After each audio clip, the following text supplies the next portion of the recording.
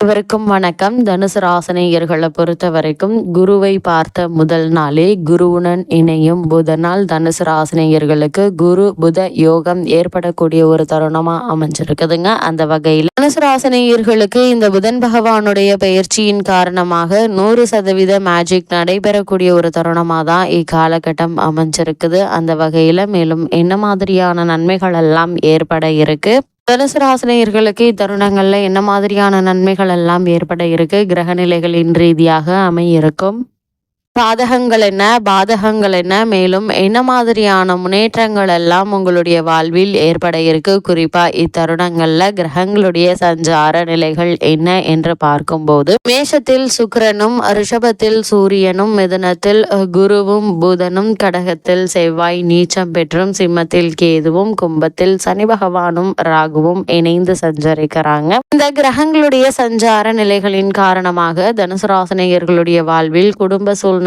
ரீதியாக உத்தியோகம், தொழில், வியாபாரம், கலைத்துறை, அரசியல் துறை, மாணவ மாணவிகள், விவசாயத்துறையினர், பெண்மணிகள் என அனைவருக்குமே என்ன மாதிரியான நன்மைகள் எல்லாம் ஏற்பட இருக்கு என்பது குறித்தான முழுமையான பதிவை தான் இந்த வீடியோல நம்ம விரிவா பார்க்க போகிறோம். இந்த வகையில புதனுடைய தோற்றம் பற்றி பார்க்கும்போது சந்திரனுக்கும் தாரா தேவிக்கும் பிறந்தவர் தான் புதன். குருவினுடைய மனைவியுடன் இக்குழந்தை வளர விரும்பாத குரு சந்திரனிடம் அக்குழந்தையை ஒப்படைத்தார். சந்திரனும் அக்குழந்தையை தன் 27 மனைவிகளிடம் ஒப்படைக்க அவர்களில் ரோகிணி மற்றும் கார்த்திகை மட்டுமே அதிக அன்புடன் வளர்க்க மற்ற மனைவிகளாலும் தட்ச பிரஜாபதியாலும் சந்திரன் அடைந்த சாபங்களும் சிவபெருமானால் சந்திரன் மோட்சமும் அடைந்தார். ரோகிணி கார்த்திகை இருவரும் புதனை அன்புடன் வளர்க்க ரோகிணியிடம் மட்டும் புதன் அதிக அன்பு கொண்டார். அது மட்டுமில்லாமல் காலங்கள் கடந்தோடின. குழந்தையாக இருந்த புதன் வளர்ந்து வாலிபர் ஆனார். வாலிப பருவத்தை அடைந்த புதன் தன் பிறப்பை பற்றி அறிந்ததும் தந்தையை வெறுத்தார். தந்தையினால் இதுவரை அனுபவித்த ஆதரவை வெறுத்து இருப்பிடத்தை விட்டு வெளியேறி ஆசிரம வாழ்க்கையை வாழ முடிவெடுத்தார். இமயமலை சாரலில் உள்ள வனத்தை அடைந்து அங்கு தனக்கென்று ஒரு ஆசிரமத்தை அமைத்தார்.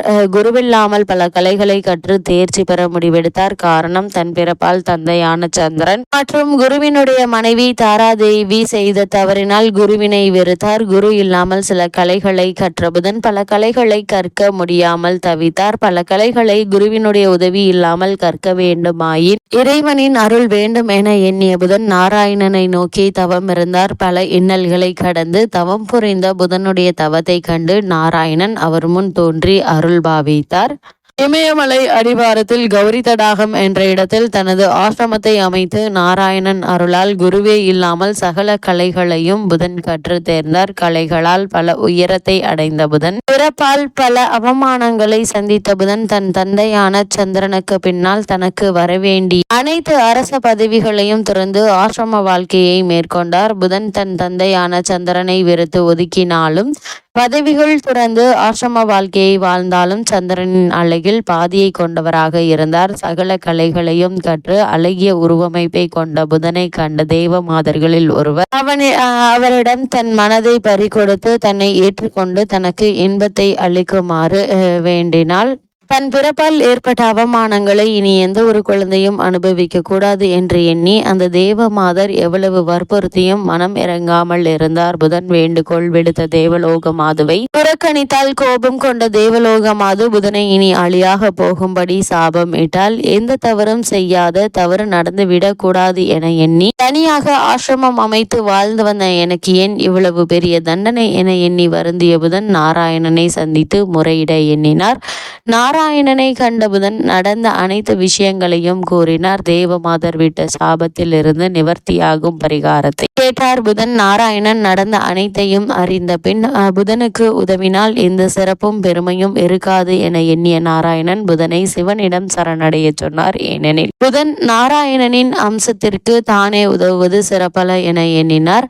நாராயணன் கூறிய அறிவுரைப்படி புதன் சிவபெருமானை காண விரைந்தார். சிவபெருமானை கண்டதும் வணங்கி தனக்கு ஏற்பட்ட நிலையினை கூறி தனக்கு விமோச்சனம் அளிக்குமாறு பணியுடன் கேட்டார். சிவபெருமான் புதன் விஷ்ணுவினுடைய அம்சம் என்பதையும் புதனின் பிறப்பின் அவசியத்தையும் உணர்ந்து அவருக்கு சாப விமோச்சனம் வழங்கினார். இவ்வளவு மேன்மைகள் கொண்ட புதன் பகவானை பொறுத்த வரைக்கும் அவரை வித்தைக்காரகன், வித்யாக்காரகன், மாதுளக்காரகன் என்று சொல்வார்கள். அது மட்டும் இல்லாமல் பொன் கிடைத்தாலும் புதன் கிடைக்காது என்றும் கூறுவார்கள். அதாவது இந்த இடத்தில் பொன் என்பது செல்வத்திற்கான அதிபதி, குருவை குறிக்கும். ஒருவருடைய ஜாதகத்தில் குருவினுடைய பலம் இருப்பதை விட புதன் பலமாக இருக்க வேண்டும் என்பதையே சூட்சமமாக குறிப்பிட்டுள்ளனர். கல்வி, கலை, வித்தைகளுக்கு அதிபதி புதன் கிரகம். எந்த ஒரு விஷயத்தையும் கண்ணால் பார்த்தவுடன் அதை கையால் செய்வதற்கு புதனுடைய அனுகிரகம் வேண்டும். கற்றவர்களுக்கு சென்ற இடமெல்லாம் சிறப்பு. நன்கு படித்தவர்கள் கை நிறைய சம்பளம் வாங்குவதை கண்கூடாக பார்க்கிறோம். நம் வாழ்க்கைக்கு அடிப்படையான கல்வி செல்வத்தை வழங்குபவர் புதன் பகவான். அப்படிப்பட்ட புதன் பகவான் ஒரு விசித்திரமான கிரகம். செவ்வாயை போலவே புதனும் இரு அதிபத்திய கிரகமாகும். ஜோதிட ஆச்சரியமாக மிதுனத்தில் ஆட்சி பெறும் புதன்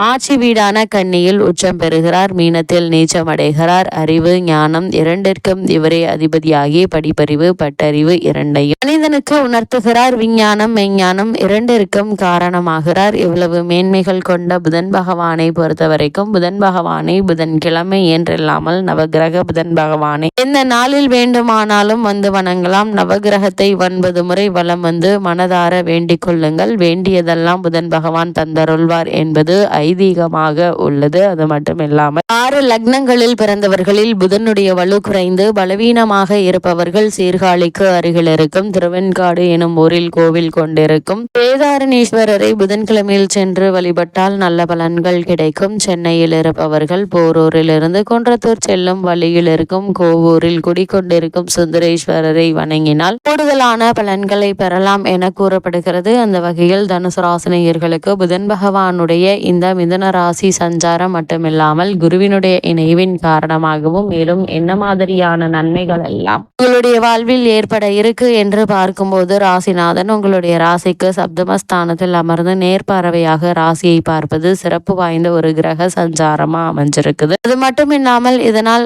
ராசி சுபத்துவம் பெறுகிறதுங்க. 3ஆம் இடத்தில் சனி ராகு அமர்ந்திருப்பது தனுசு ராசினியர்களை பொறுத்த வரைக்கும் ராசி சுபத்துவம் பெறுகிறதுங்க. 3ஆம் இடத்தில் சனி ராகு அமர்ந்திருப்பது மிகப்பெரிய பலம் என்று தாங்க சொல்ல வேண்டும். இதனால் இந்த காலகட்டங்களில் நீங்கள் நினைத்த காரியங்கள் அனைத்து சாதகமாகும் காலமாக அமைஞ்சிருக்குது. சரியான நோக்கம், முயற்சியும் இருந்து செய்யும் காரியங்கள் நல்ல பலனை தருங்க. பெரும்பாலான கிரகங்கள் சாதகமாக இருப்பதால் எதிர்காலம் குறித்த திட்டங்களை முழுமையாக செய்யுங்க. சுப காரிய முயற்சிகள் நிச்சயம் வெற்றி அடையும் என்பதில் எந்த ஒரு சந்தேகமும் கிடையாது. குறிப்பா திருமண சம்பந்தமான முயற்சிகள்ல இவ்வளவு நாட்களாக ஏற்பட்டு வந்த இழுபறி நிலை, குழப்பங்கள் நீங்கி ஒரு சிறு முயற்சியிலேயே நல்ல ஒரு வரமே இருக்குதுங்க. புதிய ஆற்றல் பிறக்கும், புதிய சிந்தனைகள் பிறக்கக்கூடிய ஒரு தருணமா அமைஞ்சிருக்குது. இப்படிப்பட்ட சந்தர்ப்ப சாதகங்களை பயன்படுத்தி கொள்வது உங்கள் கையில தாங்க இருக்கு. அது மட்டும் இல்லாம தனுசு ராசினியர்களை பொறுத்த வரைக்கும் அனுகூல சத்ரு என்பது போல ராசிநாதன் கேந்திரத்தில் அமர்ந்து தோஷம் பெற்றிருக்கிறார். எனவே சில நேரங்களில் உங்களுடைய மோசமான கற்பனையான